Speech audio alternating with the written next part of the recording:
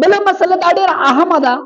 سوالګرو ته زکات ورکول څنګه دي چې یو سړی په لارو کوڅو کې ګرځي یا په جمعات کې اعلان وکړي یا په بازارونو کې ګرځي او دکاندار چې کم دینو د زکات پیسې راجمع کړي او وایي چې یاره دا خو اسیم د دې سوالګرو نه خلاصېږو خو لس د سوشل شل روپۍ به وله ورکو چې زما به د زکات دوی هم خلاصه شي او دوی هم. نو ګوره دا یاد وساتئ که چېرته دا سړی په صحیح معنو کې فقیر وي او محتاج وي او په صحیح معنو کې غریب وي، د ده په ملکیت کې 52 تولې سپین زر نه وي، دی غریب وي په صحیح معنو کې، نو صحیح لستا زکات به ادا شي. او که چېرته دی فقیر نه وي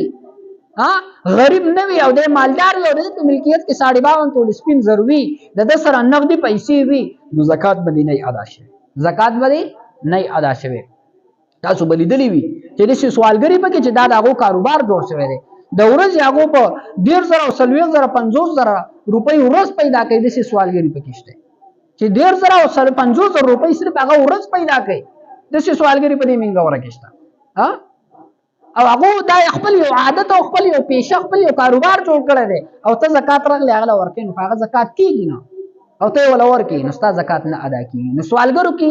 په دې کې لږ احتیاط کوئ، هر هغه سړي له زکات ورکوئ چې ته یې پېژنې چې او دا د فلانکۍ علاقې دی او په حقیقت کې دا محتاج دی، نو زکات ورته ورکړه.